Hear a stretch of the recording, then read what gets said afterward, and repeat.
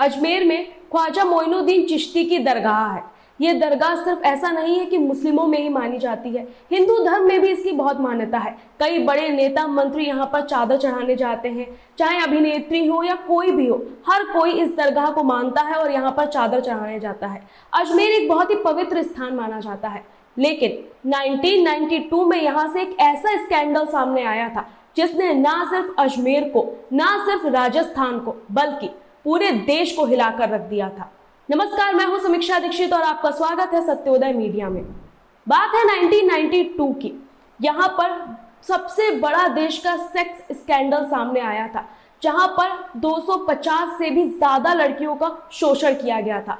आज तक इसके पहले न कभी कोई ऐसा स्कैंडल सामने आया था और ना ही इसके बाद आज तक कोई ऐसा स्कैंडल सामने आया है। 1992 का ये स्कैंडल जिसने सरकारों की नींव हिलाकर रख दी थी, हर किसी पर सवाल उठा दिए थे। दरअसल 1992 में एक फोटो बहुत वायरल हुई थी। उस वक्त सोशल मीडिया तो था नहीं, ना ही हमारे पास मोबाइल फोन हुआ करते थे, और जो मोबाइल फोन का शायद कॉन्सेप्ट उस टाइम इतना ज्यादा नहीं था, और जिस किसी के पास भी गिने चुने होंगे तो उनमें कैमरे का कॉन्सेप्ट इतना ज्यादा नहीं था। तो आपको भी ध्यान हो तो उस वक्त अगर आपने भी अपने घर में देखा हो तो उस वक्त वो वाले कैमरे होते थे जिनमें जो है निगेटिव निकलते थे, और उनको जाके हमें जब हम स्टूडियो में जाते थे तब उनकी फोटो निकलती थी। तो इसी तरीके की कुछ फोटोज लोगों के हाथ लग गई जो वहां की लड़कियों की न्यूड फोटोज थी। उन्होंने कुछ भी नहीं पहन रखा था और बहुत ही आपत्तिजनक स्थिति में वो फोटोज थी। वो लड़कियां कोई सेक्स वर्कर नहीं थी या कोई ऐसी वैसी लड़कियां नहीं थी। वो लड़कियां मंत्रियों की बेटी थी, कोई अधिकारी की बेटी थी, कोई बड़े बिजनेसमैन की बेटी थी, और सभी आपत्तिजनक स्थिति में उनकी फोटोज लोगों के पास वायरल हुई। वो फोटोज हार्ड कॉपी में वायरल हुई थी उस वक्त, और लोग आपस में बात कर रहे थे, और अगर किसी लड़की को देखते थे जिनको उन्होंने फोटो में देखा होता था तो इस तरीके से डिस्कस करते थे, अरे ये तो वही लड़की है, अरे इसको तो हमने जो है इस फोटो में देखा था। तो इस तरीके से धीरे धीरे अफवाहें अजमेर में फैल रही थी कि कुछ न्यूड फोटोज वायरल हो रहे हैं। इसके बाद ये खबर एक अखबार को पता चली। ये अखबार वहाँ का लोकल अखबार है जिसका काफी नाम वहां पर हुआ करता था। अजमेर में काफी प्रतिष्ठित अखबार ये माना जाता है, लेकिन ये वहाँ का लोकल अखबार था। जब ये खबर उस अखबार को पता चली, मैं आपको उस अखबार का नाम भी बता देती हूँ। उस अखबार का नाम था नवज्योति अखबार। तो जब नवज्योति अखबार को इस बारे में पता चला तो उसने पहले तो इस खबर में इतना इंटरेस्ट नहीं लिया, लेकिन जब उसने खुद अपनी आंखों से, वहां के रिपोर्टर ने, चीफ एडिटर ने देखा कि ये इस तरीके की हार्ड कॉपी फोटोज यहाँ पर काफी लोगों के पास है, तब उन्होंने उन फोटोज को ब्लर करके अखबार में छापा और उसके बारे में लिखा कि किस तरीके से यहाँ पर अच्छे घरों की लड़कियों की फोटो हार्ड कॉपी में न्यूड फोटोज वायरल हो रही हैं। जब ये खबर लोगों ने पढ़ी तो उनमें हड़कंप मच गया कि आखिर ये हो क्या रहा है। धीरे धीरे मामला पुलिस थाने तक पहुंचा। हालांकि कहा जाता है कि पुलिस को इस बात की खबर थी कि अजमेर में चल क्या रहा है, लेकिन उसके बाद भी पुलिस कोई एक्शन नहीं लेती है, क्योंकि इन सबके पीछे जो होता है वो एक मंत्री का हाथ होता है, और जिसके चलते पुलिस कोई स्ट्रिक्ट एक्शन नहीं लेती है। और पुलिस का ये भी मानना होता है कि अगर ये खबर सामने आती है या इस पर कोई एक्शन लिया जाता है तो अजमेर का नाम खराब होगा, हिंदू मुस्लिम दंगे भड़केंगे, इसलिए पुलिस इसको इग्नोर करती रहती है। लेकिन जिस दिन ये खबर अखबार में छपती है उसी दिन से लोगों के कान खड़े हो जाते हैं कि आखिर अजमेर में ये चल क्या रहा है। जब उसमें पता चलता है कि जो भी ये तस्वीरें उसमें छपी हैं वो किसी सेक्स वर्कर की तस्वीरें नहीं है, वो किसी की भी बेटी हो सकती है, तो इसको लेकर लोगों के कान खड़े हो जाते हैं और इसकी जांच करने की मांग उठने लगती है। जैसे जैसे जांच होती है इसमें हर बात सामने निकल के आती है और ऐसी ऐसी चीजें सामने निकल के आती हैं जो मैं आपको बताने जा रही हूँ तो आपके भी पैरों तले जमीन खिसक जाएगी। दरअसल जब हम दरगाह में जाते हैं तो वहां पर, जैसे कि हम मंदिर जाते हैं तो वहां पर हम डायरेक्ट पूजा करते हैं जाके, और प्रसाद हमारा वहाँ जो पंडित जी होते हैं वो चढ़ाते हैं, या अगर आप प्रसाद नहीं भी चढ़ाते हैं तो ऐसे ही जाकर प्रार्थना कर लेते हैं। लेकिन अजमेर में जो दरगाह है वहाँ पर आप डायरेक्ट नहीं जाते, वहाँ पर खादिम होते हैं, जो खादिम यानी कि खिदमतगार, वो आपको वहाँ तक लेके जाते हैं। आप वहाँ पर चादर चढ़ाएं या फिर आप अगरबत्ती, धूपबत्ती, जो भी आपकी जैसी श्रद्धा हो, आप जो भी वहाँ पर चढ़ाना चाहें तो उन्हीं के माध्यम से जाया जाता है। और वो लोग कोई नए नहीं होते हैं, वो काफ़ी, उनका परिवार काफ़ी समय से काम कर चुका होता है। तो ऐसे ही वहीं से निकले 3 लोग स्कैंडल में शामिल थे। दरअसल मामले की शुरुआत हुई थी 1991 में, और ये 3 लोग कौन थे, जब मैं आपको इनके नाम बताऊंगी तो आप भी चौंक जाएंगे। ये 3 लोग कोई ऐसे वैसे नहीं थे, जैसे कि मैंने आपको बताया खादिम तो थे ही, साथ ही इसमें से एक अजमेर यूथ कांग्रेस प्रेसिडेंट था फारूक चिश्ती, और वाइस प्रेसिडेंट था इनका नफीस चिश्ती, और ज्वाइंट सेक्रेटरी था अनवर चिश्ती। तो ये तीनों चिश्ती ही सेक्स स्कैंडल में शामिल थे। और कांग्रेस यूथ प्रेसिडेंट का जो इसमें व्यक्ति था फारूक चिश्ती, उसका नाम सबसे ज्यादा आता है। दरअसल फारूक चिश्ती ने अजमेर में एक बहुत ही फेमस स्कूल है सोफिया गर्ल्स स्कूल और कॉलेज, उसमें दोनों ही चीजें हैं। तो वो वहां पर काफी, उसमें ऐसा नहीं कि कोई गरीब बच्चे पढ़ते हो या कोई लोकल स्कूल हो, काफी नामी स्कूल माना जाता है अजमेर का। और वहां पर परिवार के अच्छे लोग आते थे, और गर्ल्स कॉलेज है तो वहां पर कोई बाहर का व्यक्ति एंटर नहीं कर सकता था, कोई भी लड़का एंटर नहीं कर सकता था। तो वो काफी प्रतिष्ठित स्कूल माना जाता था। तो एक बार फारूक चिश्ती ने वहां से एक लड़की को किडनैप कर लिया, और इन तीनों लोगों ने ही मिलकर उसको, एक फारूक चिश्ती का फार्म हाउस था वहां पर लेकर गए, उसके साथ रेप किया, उसकी फोटो खींची और उसको धमकाया कि अगर तुमने ये बात किसी को भी बताई तो तुम्हारे साथ इससे भी ज्यादा बुरा होगा, और तुम्हारी जो ये फोटो है इसको हर जगह वायरल कर दिया जाएगा, इसको हर जगह लोगों के पास बांट दिया जाएगा, जिससे तुम्हारी बची कुची जो इज्जत है वो भी चली जाएगी, और साथ ही तुमको मार भी दिया जाएगा। तो इस तरीके से फारूक चिश्ती ने उस लड़की को डराया। वो लड़की इतना ज्यादा सहम गई कि जैसा जैसा फारूक चिश्ती कहता गया वो लड़की वैसा वैसा करती गई। फिर फारूक चिश्ती ने एक दिन उस लड़की से कहा कि तुम अपनी दोस्त को भी यहाँ पर लेकर आओ, अगर तुमने कुछ भी किसी को बताया तो मैंने जैसा कहा था तुम्हारे साथ वैसा ही होगा। इसके बाद फारूक चिश्ती ने जिस लड़की को ये कहा, वो लड़की अपनी दोस्त को भी उस फार्म हाउस पर लेकर जाती है किसी बहाने से, और उस दूसरी लड़की के साथ भी ऐसा ही होता है। धीरे धीरे करके इन लड़कियों का नंबर बढ़ता जाता है, और ये संख्या पहुंच जाती है 250 से भी ज्यादा। देखिए 250 तो बताया जाता है कि आंकड़े ऑन पेपर हैं, लेकिन इससे भी ज्यादा लड़कियां उस सेक्स स्कैंडल का शिकार हुई थी। तो ऐसे ऐसे करते मामला बढ़ता जाता है, और मामला यहीं पर रुकता नहीं है। कहा जाता है कि फारूक चिश्ती का जो स्टूडियो था, जिस स्टूडियो में वो हार्ड कॉपीज निकलवाता था इनकी, वहां का जो मैनेजर था वो फारूक चिश्ती का बहुत अच्छा दोस्त हुआ करता था, वो उसका भरोसेमंद मैनेजर था।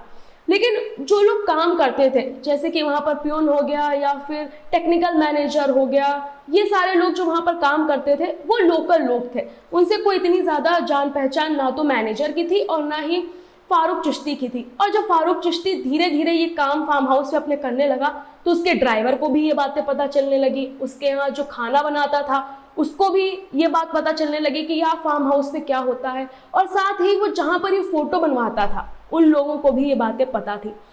अब क्या हुआ, वो जो फोटोज थी वो वहां पर जो मैनेजर जहां स्टूडियो में जो काम करता था उसके जो लोग थे, अब उन्होंने वो फोटो, जैसे कि मानिए एक बार में 100 फोटो निकाल ली है, तो उन्होंने एक लड़की की फोटो अपने पास रख ली। इस तरीके से वो फोटो मैनेजर में और उसके नीचे जो टेक्निकल मैनेजर थे उनमें बढ़ती चली गई, और जो लोग फारूक चिश्ती के यहाँ काम करते थे, जैसे कि ड्राइवर हो गया और उनका कुक हो गया, सफाई वाला हो गया, उन सब में भी ये फोटोज बढ़ती चली गई। अब ये लोग भी उन्हीं लड़कियों को ब्लैकमेल करने लगे, उनसे सेम चीज कहने लगे कि अगर तुमने मेरे कहने पर ऐसा काम नहीं किया तो फिर तुम्हारी फोटो तुम्हारे माँ बाप को दिखा दी जाएंगी कि देखो तुम कैसे काम करती हो, या फिर तुमको मार दिया जाएगा, तुम्हारे घर वाले तुमको अपनाएंगे नहीं। इस तरीके से उन लड़कियों को डराया जाने लगा। ये मामला काफी दिन तक चलता रहा। फिर एक दिन खबर आई कि सोफिया गर्ल्स कॉलेज की एक लड़की ने सुसाइड कर लिया है। ये पहला मामला आया था। हालांकि इस तरीके का मामला बहुत ही शॉकिंग होते हैं, लेकिन जब एक न्यूज ऐसी आई तो किसी ने इस पर इतना ध्यान नहीं दिया कि कुछ बात रही होगी जो लड़की ने सुसाइड कर लिया। लेकिन कहते हैं कि ऐसे ही धीरे धीरे करके वहां पर 6 लड़कियों ने सुसाइड कर लिया था। और जब ये खबर अजमेर में निकल के आई तब भी उस स्कूल पर अब सवाल उठने लगे कि आखिर ऐसा क्या हुआ कि 6 लड़कियों ने सुसाइड कर लिया, इसके पीछे की क्या वजह थी। जैसा कि मैंने आपको शुरुआत में बताया था कि उस वक्त पुलिस कंप्लेंट की गई थी, लेकिन पुलिस ने, जैसा कि पुलिस को पता था कि उसमें बड़े बड़े मंत्रियों का हाथ था, नेताओं का हाथ था, तो पुलिस ने भी अपने हाथ खींच लिए थे और उसने भी कोई भी कार्रवाई करने से उस वक्त मना कर दिया था। तो 6 लड़कियों ने सुसाइड कर लिया था, लेकिन जब ये खबर अखबार में प्रिंट हुई, जब लोगों ने इसके बारे में पढ़ा, तो जब दोबारा जांच शुरू हुई तो उन 6 लड़कियों ने क्यों सुसाइड किया था ये सभी को पता चला। और इसके बाद ये जांच सिलसिलेवार तरीके से आगे बढ़ती रही तो बताया जाता है कि 250 से भी ज़्यादा लड़कियां थी। अब यहाँ पर सवाल ये उठा कि जब तक कोई लड़की सामने से आकर कंप्लेंट नहीं करेगी या कोई लड़की अपनी बात नहीं बताएगी कि उसके साथ क्या हुआ है, तब तक आखिर किसको गिरफ्तार किया जाएगा, किस पर जांच की जाएगी, क्योंकि सबूत सिर्फ फोटोज थी लेकिन सबूत कोई था नहीं। उस वक्त पता था पुलिस को ये काम किसने किया है, लेकिन आप बगैर सबूत के किसी को ऐसे ही नहीं पकड़ सकते। तो उस वक्त कहा जाता है कि 250 में से 30 लड़कियां जो है उस वक्त सामने आई थी और उन्होंने पुलिस के सामने कबूला था, लेकिन उन 30 लड़कियों को डराया गया था, धमकाया गया था, जिसमें से 10 लड़कियां जो है उन्होंने अपना केस वापस ले लिया था। इसके बाद बची थी 20 लड़कियां। कहा जाता है कि उनको भी इतना ज़्यादा धमकाया गया, उनकी फैमिली को धमकाया गया कि उन 10 लड़कियों ने भी जो है वो केस वापस ले लिया। इसके बाद अब बची थी 10 लड़कियां। उन 10 में से सिर्फ 2 लड़कियां ऐसी थी जिन्होंने अपनी बात पर वो कायम रही और उन्होंने ये केस लड़ा और उन्होंने सबके सामने उन लोगों की कलाई खोल के रख दी। लेकिन वो जो बाकी 8 लड़कियां थी वो भी डर गई और उन्होंने अपना केस वापस ले लिया। तो इस तरीके से 30 में से 28 लड़कियों ने बैक ऑफ कर दिया था। उन्होंने कहा था कि उनको कुछ भी नहीं बताना है और ना ही उनको किसी तरीके का केस लड़ना है। अब वो 2 लड़कियां पुलिस के साथ थी, जांच की हुई और मामला कोर्ट में गया। कोर्ट में पूछताछ हुई और कोर्ट ने सबको उम्र कैद की सजा सुना दी, क्योंकि एक बलात्कार करने पर उम्र कैद की सजा होती है। और फिर इन तीनों चिश्ती ने जो है 250 से भी ज्यादा लड़कियों के साथ गलत काम किया था। उसमें इन तीनों चिश्ती के अलावा 18 लोग और गुनहगार पाए गए थे। इन सभी को कोर्ट ने सजा सुनाई। उस वक्त बताया जाता है कि फारूक चिश्ती के जो वकील थे उन्होंने ये बात साबित कर दी थी कि फारूक चिश्ती की मानसिक हालत ठीक नहीं है। जो ये सब कुछ पूरा स्कैंडल रच रहा था, जिसने इस स्कैंडल की शुरुआत की, आखिर में उसके वकील कोर्ट में उसको पागल साबित कर देते हैं। कह देते हैं कि इसकी मानसिक स्थिति ठीक नहीं है, तो इसके बिहाफ पर उसको बेल मिल जाती है। और जब ये मामला जो है कोर्ट में गया तो 10 साल तक तो सुनवाई चली पहली बार, और उसके बाद जब इन लोगों को सजा मिली तो उसके बाद आज भी ये लोग बेल पर वापस आ जाते हैं।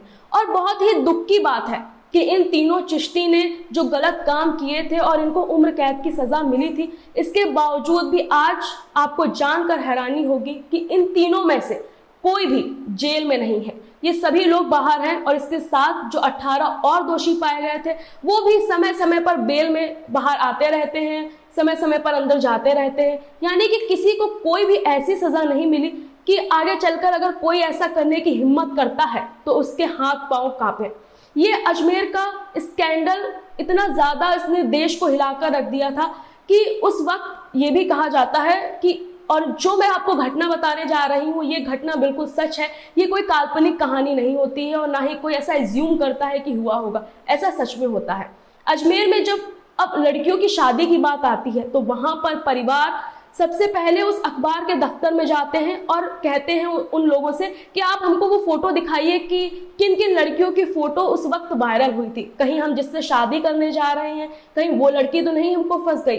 तो इस तरीके से अजमेर में लड़कियों से कोई कुछ टाइम ऐसा माहौल बन गया था कि कोई शादी करने को ही नहीं तैयार होता है, क्योंकि लोगों को लगता है कहीं ये वही लड़कियां तो नहीं है। और जैसा कि मैंने आपको शुरुआत में बताया था कि ये लड़कियां किसी ऐसे वैसे परिवार की नहीं थी, कोई गरीब परिवार की नहीं थी, सब अच्छे परिवार की लड़कियां उस स्कूल में पढ़ती थी। तो इस तरीके से तीनों चिश्तियों को कोर्ट ने सजा तो दी, लेकिन आज भी ये लोग बेल पर बाहर हैं और इनके साथ कोई भी सख्त कार्रवाई नहीं हुई। अजमेर का ये सेक्स स्कैंडल आज भी लोगों की रूह में जिंदा है और जब आज भी लोग इसके बारे में सुनते हैं तो उनकी रूह कांप उठती है। आपको इसके बारे में क्या लगता है और इन तीनों को क्या सजा मिलनी चाहिए थी, आप हमको कमेंट करके जरूर बताइएगा। साथ ही ऐसी और भी स्टोरीज हम आपके लिए लेकर आते रहेंगे।